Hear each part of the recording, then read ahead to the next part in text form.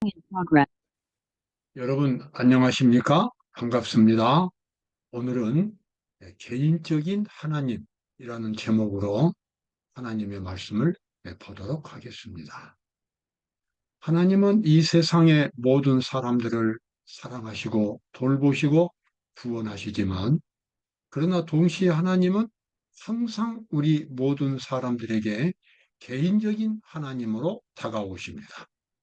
아무리 이 세상에 이 하나님을 믿는 사람들이 많아도 실제로 하나님께서 일하시는 방법은 언제나 개인적이라고 하는 것입니다. 그 한 사람의 필요를 아시고 그 한 사람의 상태를 아시고 개인적으로 돌보신다고 하는 것입니다. 왜냐하면 진정한 사랑은 집단적인 사랑이 아니라 개인적인 사랑이기 때문에 그렇습니다. 오늘 그러한 말씀들을 함께 살펴보도록 하겠습니다. 누가복음 8장에 이러한 이 사건이 기록되어 있습니다. 제자들에게 이르시되 너희 믿음이 어디 있느냐 하시니 저희가 두려워하고 기이 여겨 서로 말하되 저가 누기에 바람과 물을 명함에 순종하는고 하더라. 지금 제자들은 예수님과 함께 갈릴리 바다를 건너가고 있었습니다. 그때가 밤 어두운 시간이었습니다. 그런데 갑자기 폭풍이 몰아치더니 배 안에 물이 아주 가득하게 잠기게 되었고 배가 아주 위태하게 되었습니다. 밤에 바다에서 배가 물에 잠긴다고 하는 것은 매우 공포스러운 일이었습니다. 그래서 제자들은 그 바람을 막으면서 그다음에 물을 펴내면서 그렇게 아주 온갖 노력을 다하다가 나중에 예수님을 찾아보았더니 예수님은 저 배 뒤편에서 여전히 주무시고 계셨습니다. 그래서 제자들이 예수님한테 가가지고 급히 깨웠습니다. 좀 살려주시라고. 예수님, 지금 우리가 지금 다 빠져 죽게 생겼다고.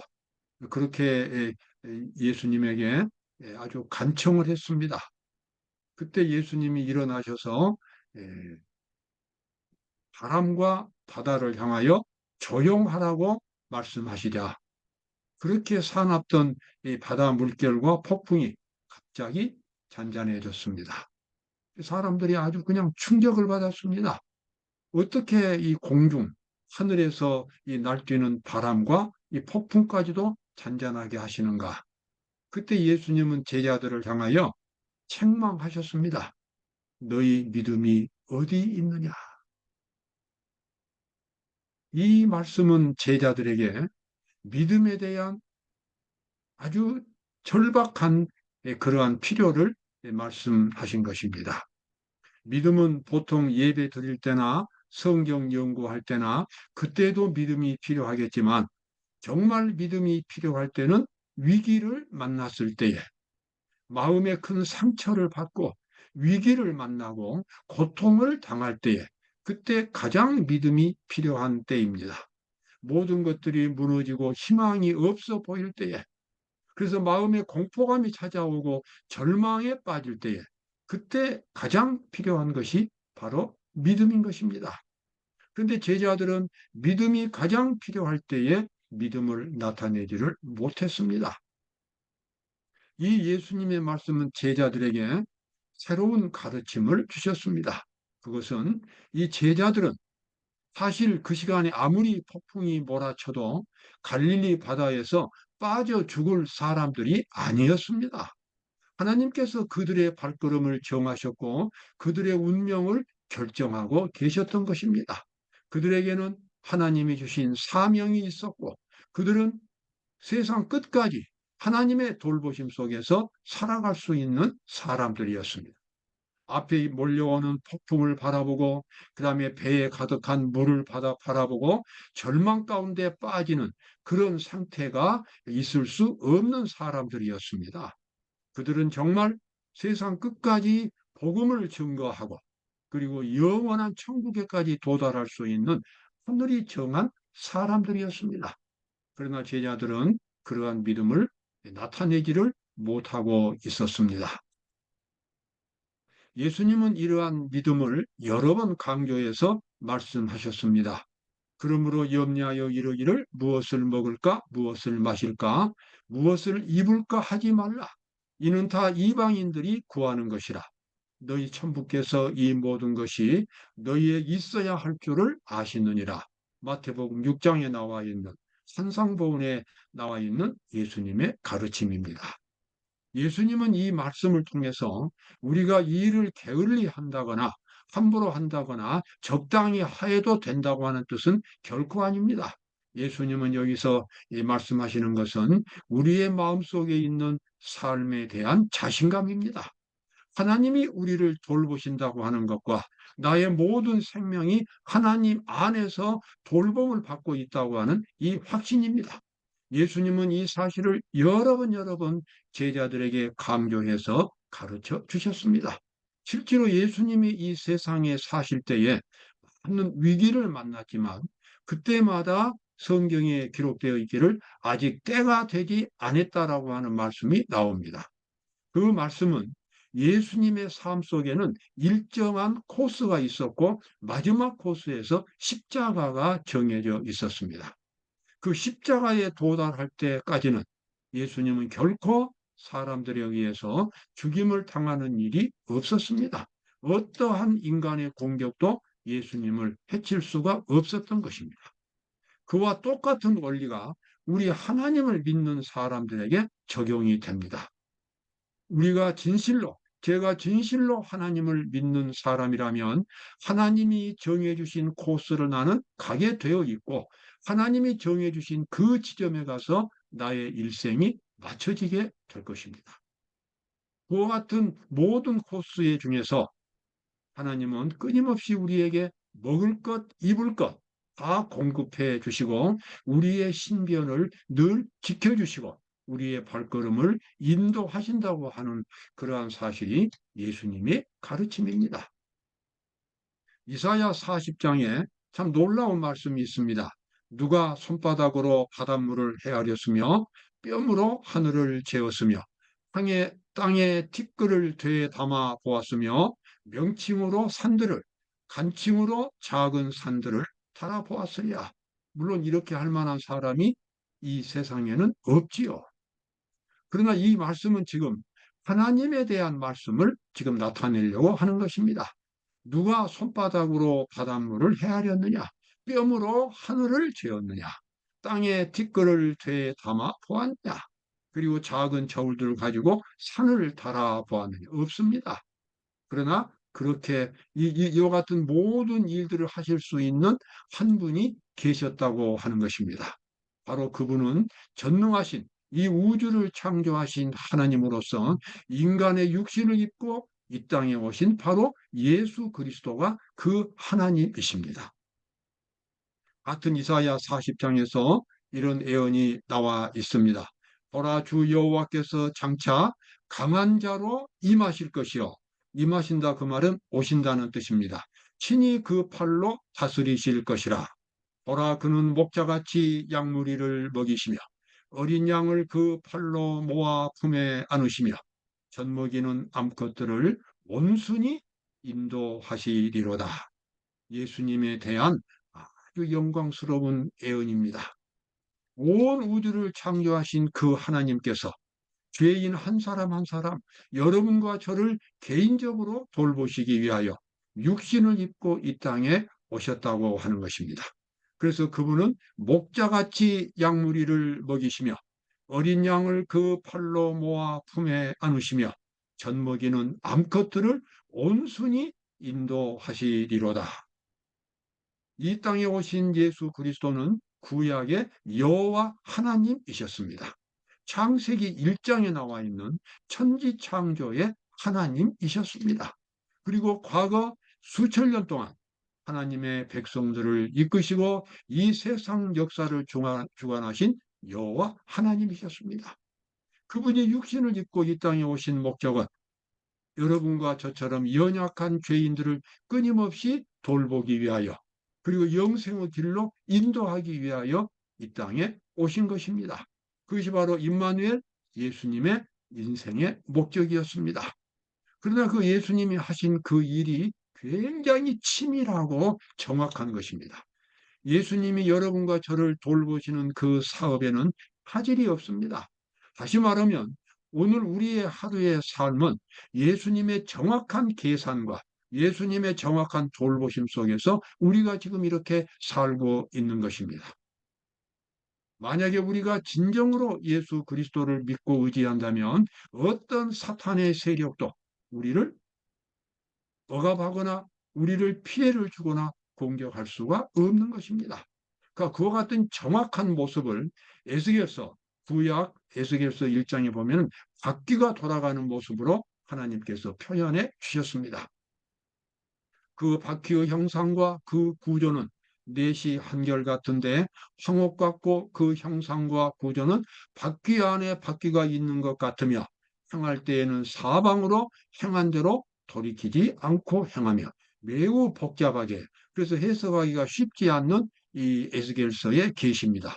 선지자 에스겔은 천국의 모습을 보았고 거기서 하나님께서 천사들과 함께 이 땅의 구속 사업을 이루어가는 놀랍고 장엄한 그와 같은 광경을 보았습니다. 근데 그와 같은 광경 가운데서 수많은 천사들이 활동하면서 바퀴가 돌아가는 장면들이 또 보였습니다. 그 바퀴들이 대단히 정확하게 돌아가는 것입니다.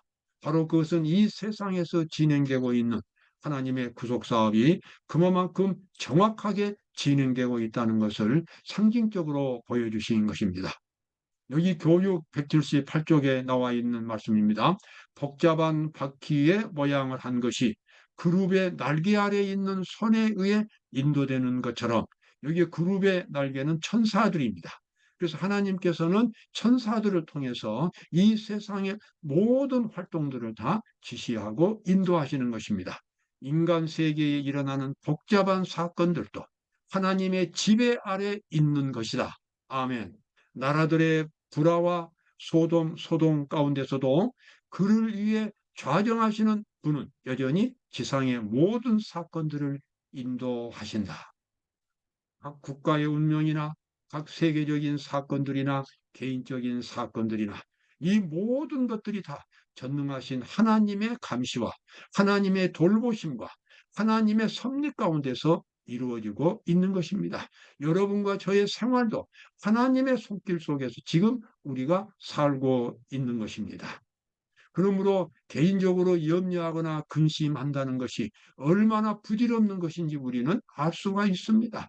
아무리 염려하고 아무리 근심해도 우리 스스로 해결할 수 없는 문제들이 너무나 많은 것입니다. 그러나 이 전능하신 하나님이 나를 돌보신다는 사실을 깨닫게 될 때에 우리의 마음속에 깊은 쉼과 평화가 찾아오게 될 것입니다. 교육 178쪽에 나와 있는 말씀입니다. 지상의 모든 사건들은 차례로 일어나서 할당된 시간과 장소를 차지하고 스스로 아무 의미도 모르는 진리를 무의식 중에 증거한 각국의 역사는 우리에게 기별을 준다. 모든 사건들, 모든 이 시대의 그와 같은 흐름들, 그리고 방향들, 이러한 모든 것들이 하나님께서 모르시는 사건은 하나도 없는 것입니다. 하나님께서 미리 볼 수 없는 사건들도 없는 것입니다. 우리 모두는 하나님께서 돌보시는, 하나님께서 모든 것을 주관하시고 인도하시는 그러한 세계 속에서 우리가 지금 살아가고 있습니다. 역시 같은 교육 178쪽에 나와 있는 말씀입니다. 오늘날 각 나라와 각 개인에게 당신의 큰 계획 중에서 당신의 큰 계획은 하나님의 큰 계획 중에서 한 자리를 지정하여 주셨다. 아멘. 오늘날 국가들과 개인들은 실수함이 없으신 분의 손에 있는 다림줄로 측정되고 있다. 사람들은 다 자신의 선택에 의하여 자기의 운명을 결정하고 있으며 하나님께서 여러분과 저의 위치를 정해 주시고 우리에게 가장 적합한 가장 맞는 환경을 만들어 주셔서 우리를 하늘 백성으로 구원받을 수 있도록 그렇게 하신다는 것입니다. 그러나 중요한 것은 하나님이 이렇게 일을 하시지만 그것을 믿음으로 받아들이지 않을 때는 이러한 모든 하나님의 사랑의 섭리가 나에게 별로 의미가 없이 다 흘러가 버린다고 하는 것입니다. 하나님께서 나를 행복하게 만들고 그래서 나를 지켜주고 그래서 영원한 길로 영원한 천국으로 인도하시기 위하여 천사들을 통해서 끊임없이 일하시는데 내가 그러한 모든 것들을 다 무시한다면 외면해 버린다면 나는 마치 하나님의 구원을 전혀 받지 못한 사람처럼 이 세상에 살아갈 수밖에 없게 되는 것입니다. 여기 나와 있는 이 계시는 다니엘서에 나와 있는 계시입니다. 다니엘서의 신바벨론 제국의 느부갓네살 왕은 어느 날 이 밤에 이 잠을 자다가 아주 큰 신상을 보았습니다. 머리는 금으로 되어 있고 가슴과 팔들은 은으로 되어 있고 그다음에 허리는 구리로 되어 있고 양 다리는 철로 되어 있고 발과 발가락은 철과 진흙이 섞여 있는 그러한 우상이었습니다. 왕이 꿈속에서 이 거대한 우상을 보고 있을 때 한 돌이 날아와서 이 우상을 박살을 냈습니다. 그리고 그 돌은 점점 커져서 나중에 하나님의 영원한 나라가 이 지상에서 세워지는 것이었습니다. 느부갓네살 왕은 이 신상을 이해하지를 못했지만 그때 마침 다니엘이 와가지고 이 신상의 의미를 설명해 주었습니다. 머리 부분은 신바벨론 제국을 가리켰고 가슴과 팔은 페르시아 제국을 가리켰습니다. 허리 부분은 그리스 제국이 온 세계를 지배하는 것이고 네 번째 철로 된 두 다리는 로마 제국을 가리켰습니다. 그 다음에 로마가 망한 후에 게르만 민족에 의해서 유럽의 여러 국가들이 건설되는 역사적인 과정이 발과 발가락으로 갈라져 있는 그런 모습이 되었습니다. 여러분, 이와 같은 이 계시는 정말로 위대한 계시입니다.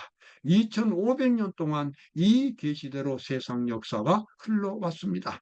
지금 우리는 이 신상의 발가락 시대에 살고 있는 것입니다. 하나님께서는 분명히 이 발가락 시대가 지나면 이제 지상에 하나님의 나라가 세워진다고 그렇게 우리에게 예언해 주셨습니다. 이 열왕후 때 하늘에 하나님이 한 나라를 세우시리니 이것은 영원히 망하지도 아니할 것이요. 그 국권이 다른 백성에게로 돌아가지도 아니할 것이요. 도리어 이 모든 나라를 쳐서 멸하고 영원히 설 것이라. 여러분, 그렇습니다.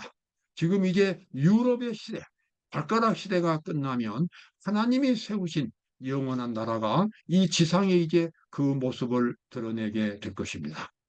다니엘서 2장에서 시작된 하나님의 계시는 나중에 12장까지 이어지고 다시 요한계시록으로 이어져서 요한계시록 전체, 다니엘서 전체가 하나님께서 지상에 세우실 그 하나님의 나라의 백성들을 구원하는, 백성들을 모집하는 그와 같은 하나님의 프로젝트, 하나님의 사업이 예언되어 있는 것입니다. 지금 하나님은 그 나라 백성들을 만들기 위하여 끊임없이 일하고 계십니다. 그래서 오늘 우리의 이 지상의 삶은 하나님께서 우리를 하늘 백성으로 만들기 위해서 우리에게 가장 좋은 환경과 가장 좋은 방법을 보여주시고 우리를 끊임없이 천국 백성이 될 수 있도록 이끌어 주시는 그러한 과정에 있습니다. 다니엘서 11장에 보면 여러분 이 다니엘서는 참 놀라운 책입니다. 성경에 수많은 예언들이 있는데 그중에서도 이 다니엘서는 세상 역사에 놀라운 장면들이 나옵니다. 다니엘서 12장, 11장 그 분야 3절과 4절을 본다면 장차 한 능력 있는 왕이 일어나서 큰 권세로 다스리며 임의로 행하리라. 그러나 그가 강성할 때에 그 나라가 갈라져 천하 사방에 나누일 것이나 그 자손에게로 돌아가지도 아니할 것이요. 여러분, 이 말씀은 누구에 대한 예언입니까? 놀랍게도 알렉산더 대왕에 대한 예언입니다. 이 예언을 말한 가브리엘 천사는 알렉산더란 말을 하지 않았습니다. 그러나 그 능력 있는 왕이 일어나서 이것은 헬라 제국을 가리키는 첫 번째 예언이었습니다. 그리고 그 나라가 나누일 것이다. 이 알렉산더 대왕은 8년 동안의 인도 북부 지역까지 유럽과 그다음에 아프리카와 인도 북부 지역까지 거대한 제국을 건설하고 그리고 33살에 갑자기 사망했습니다.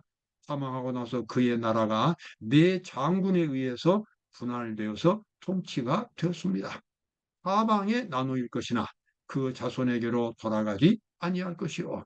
가브리엘 천사는 이와 같은 다니엘서 11장에서 미래의 역사들을 계속해서 설명해 갔습니다. 그곳에 영웅들의 이름이 나와 있지 않기 때문에 구체적으로 정하기는 꽤 어렵지만, 그러나 모든 이 중요한 사건들, 로마 제국이 일어나고 중세 암흑 시대가 시작되고 마지막 세계적인 전쟁이 일어나고 그리고 혼란이 일어나고 이와 같은 모든 사건들이 다니엘서 11장에 다 예언이 되어 있습니다. 여러분, 이 세상의 역사는 하나님의 계획 속에 들어있고 여러분과 저도 하나님의 계획 속에 있습니다.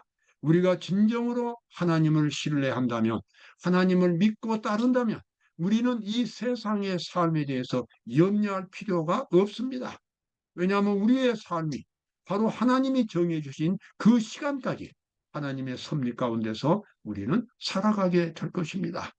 예수님께서는 그러므로 너희가 어찌 먹을 것, 입을 것을 위해서 염려하느냐? 이 모든 것이 너희에게 있어야 할 줄을 너희 아버지께서 아시느니라. 너희는 머리털까지도 다 세신 바 되었나니 두려워하지 말라라고 가르쳐 주셨습니다. 우리가 진정으로 이러한 하나님을 믿을 수 있다면 우리 마음속에 평화가 넘칠 것입니다. 마태복음 10장에 나와 있는 예수님의 말씀입니다. 참새 두 마리가 한 아사리온에 팔리는 것이 아니냐. 아사리온은 그 당시 아주 작은 단위의 돈입니다. 한 아사리온에 참새가 두 마리가 팔려요.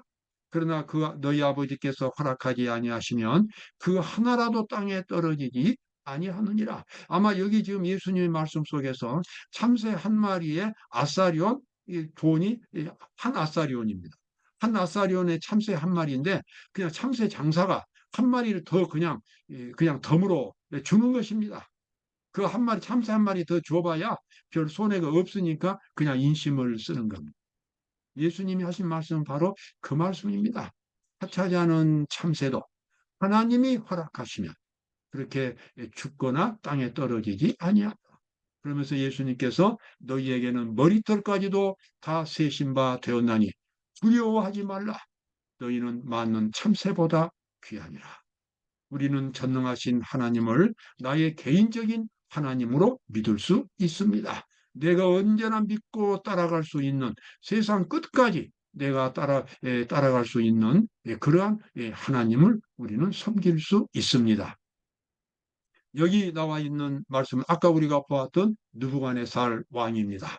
이 느부갓네살 왕은 이방 사람이고 온갖 부귀영화를 다 누린 비범한 재능을 가진 사람이었지만 또한 하늘의 큰 복을 받은 사람이었습니다.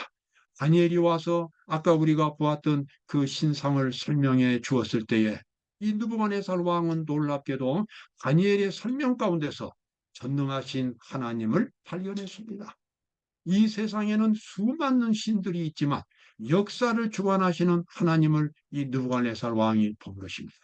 그래서 그 시간 이 다니엘이 그 신상을 설명을 마쳤을 때 그 앞에 엎드려서 절을 했습니다. 그리고 믿음을 고백했습니다. 여러분, 이 일이 얼마나 어려운 일인지 여러분은 아실 것입니다. 정말 이 모든 권력을 가지고 모든 부귀영화를 누린 사람이 십자가의 예수 그리스도를 받아들인다고 하는 것은 극히 어려운 일입니다. 그런데 이 사람은 그 하나님을 발견하고 다니엘 앞에 엎드려서 절을 했습니다.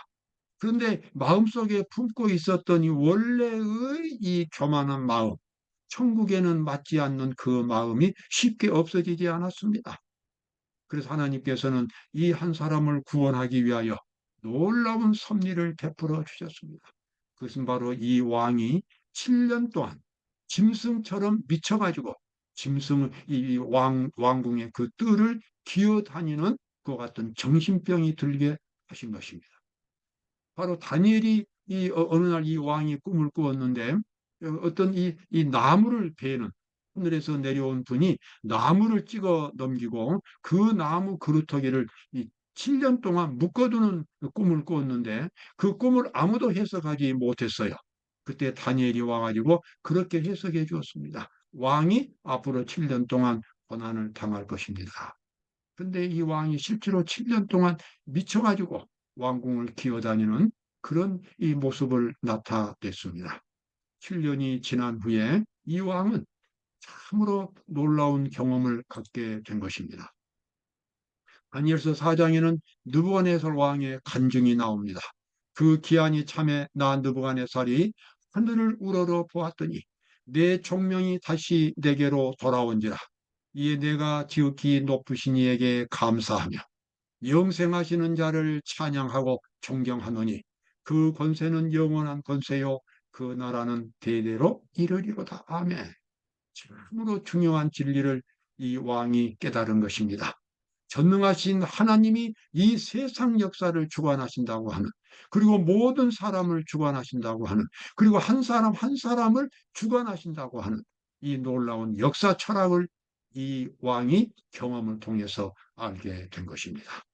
그의 마음속에는 평화가 넘쳤고 이제 그에게는 모든 일에 있어서 하나님을 찬양하고 경배하는 그러한 믿음을 가질 수 있게 되었습니다. 그래서 우리는 다시 한번 이 예수님의 말씀을 생각하게 됩니다. 너희는 먼저 그의 나라와 그의 의를 구하라. 그리하면 이 모든 것을 너희에게 더하시리라. 여러분, 우리가 먼저 세상 것을 더 중요하고 세상적인 것을 먼저 추구하는 것이 아니라 먼저 하나님의 말씀을 추구하고 하나님께서 보여주신 거룩한 삶의 목표, 고상하고 영원한 삶의 목표를, 그것을 내 인생의 최고의 목적으로 삼는다면 하나님의 모든 능력과 사랑이 여러분과 저에게 개인적으로 찾아오신다고 하는 이 놀라운 진리의 말씀을 오늘 말씀을 통하여 다시 한번 확인하게 됩니다. 우주를 창조하신 하나님은 여러분과 저의 다정한 아버지가 되시고 또 친구가 되시고 목자가 되십니다. 오늘 내가 이렇게 살아있는 모든 환경 가운데서 늘 가장 좋은 것으로 선물을 주시기를 원하시는 분이 바로 육신을 입고 이 땅에 오신 예수님이십니다. 그 예수님이 여러분과 저의 마음속에 삶의 기초로 놓여지기를 간절히 바랍니다. 감사합니다. 오늘도 복된 하루가 되시기를